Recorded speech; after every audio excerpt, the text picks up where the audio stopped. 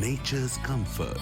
Ramraj presents bamboo cotton white shirts. South India's #1 travel brand. You know you are special when you're with GT Holidays. Porvika Appliances. இப்போ பிரம்மாண்டமா OMR துறை பக்கத்தில். Hello and welcome to Galatta Plus. In this video review episode, we're going to be talking about Vipin Radhakrishnan's Angammal, which premiered at the Mami Mumbai Film Festival 2024 and played at the recent International Film Festival of Kerala. The film features a phenomenal Geetha Kailasam and it's a beautiful drama about freedom of self. The village-based protagonist, that is Angammal, does not wear a blouse. Is that such a sin? That's the issue raised by this powerful drama. The rest of this review may have spoilers, so do watch at your own discretion. Geetha Kailasam gets the role of a lifetime as the protagonist of Angammal, written and directed by Vipin Radhakrishnan. This widow, originally conceived by Perumal Murugan in a short story, is quite a character. She has 2 sons, but she also makes her own living, delivering milk on her moped.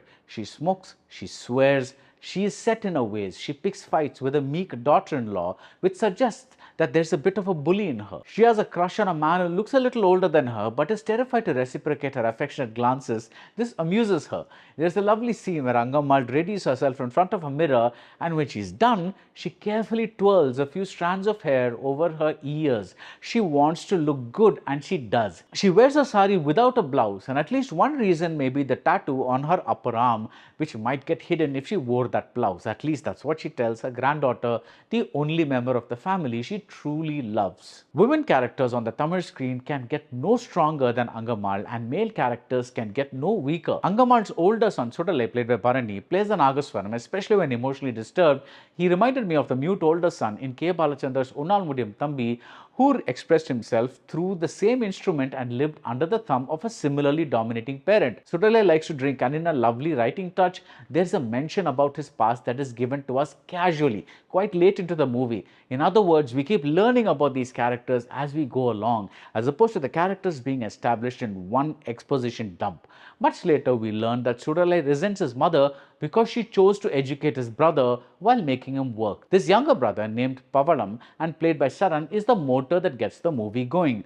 His education has made him a doctor, an English doctor as Angammal calls him. He is seeing a posh, rich girl named Jasmine, played by Mullai Arasi, and some of her poshness and richness seem to have rubbed off on him. Jasmine is very grounded, and Mullai Arasi plays her with a great deal of compassion. This is not the caricature of a rich girl we get in our cinema. Jasmine knows she is rich, but she carries that knowledge lightly, as though this were just another facet of her, like the fact that she's Christian. But after moving away from his village, his roots, after getting exposed to civilization, Pavalam is filled with resentment. He resents the way, for instance, his mother asks him to check on an ailing person in the village. "You all see me as a doctor. I can't be free anymore," he says. Rather, he pouts. But Pavalam's main issue is his mother's blouselessness. He is ashamed that Angammal dresses this way when the rest of the village seems to have moved on. The older women have begun to wear blouses, and the younger ones talk about wearing salwar kameezes. In other words, they too have begun to conform to civilization. Pavalam's obsession with this issue is more acute because he does not want his girlfriend's posh, rich family to see his mother this way. He does not want them to see her betel nut stained teeth. He does not want them to see her swear or smoke. Everything. Some of the villagers agree. Veliyurlendu vandu paatha thappa nenachipanga. They say that outsiders will take offense to such behavior. Kalathukku etha mari maaranum, they add. You should change yourself according to the changing times. But Angammal does not want to change. There is a shot of a young granddaughter trying out a smoke, no doubt influenced by her grandmother, but again the director treats this delicately without making Angammal a sinner. And neither is she a saint, even though she wants to make Pavalam happy. Angammal just wants to be who she is, who she has always been, and this becomes the crux of the film's politics. Why can't we be ourselves? She understands that the world is changing, at times right in front of her eyes.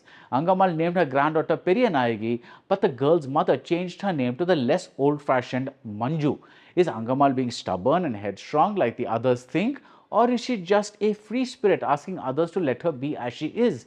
Is her refusal to wear a blouse an uru vishayam or a sonda vishayam? That is this a personal issue or something that affects the community? As Angammal, Geetha Kailasam is phenomenal. The actor has been working her way through a series of mother roles in Tamil cinema, but nothing she has done so far prepares you for her vanity-free performance here. The way she makes Angammal a symbol of independence as well as a pain in the wrong place.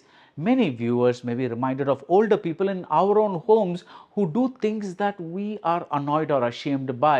At the same time, the director is careful not to demonize Pavalam. He is not a bad son. He is just someone who wants things a certain way, and who among us can fault him for that? But note that before he was English educated, this issue did not bother him. It's the exposure to towns and cities that made him ashamed of his roots. Angammal is based on a serious subject. The fiery interval point is a stunner, as is the look on Geetha Kailasam's face, but the screenplay includes many funny situations and dialogues. Rarely has talk about breasts been so normalized in a movie.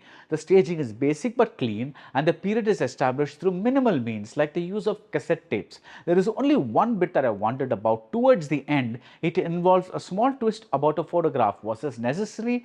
But later there is a segment of magical realism that stunningly shows us the death of a way of life. I like that Angammal, in her own way, got to live the way that she did. At many points she shuts up in order to please her children, but she is too strong and too individualistic to be that way forever. Whether you think the ending is happy or sad, it grants this woman the greatest of gifts. It lets her be herself. And that's it about Angammal. If you like this video review, do subscribe to Galatta Plus and see you soon at the movies. Nature's comfort. Ramraj presents bamboo cotton white shirts. South India's #1 travel brand. You know you are special when you're with GT Holidays. Poorvika appliances இப்போ பிரம்மாண்டமா OMR துறை பக்கத்தில்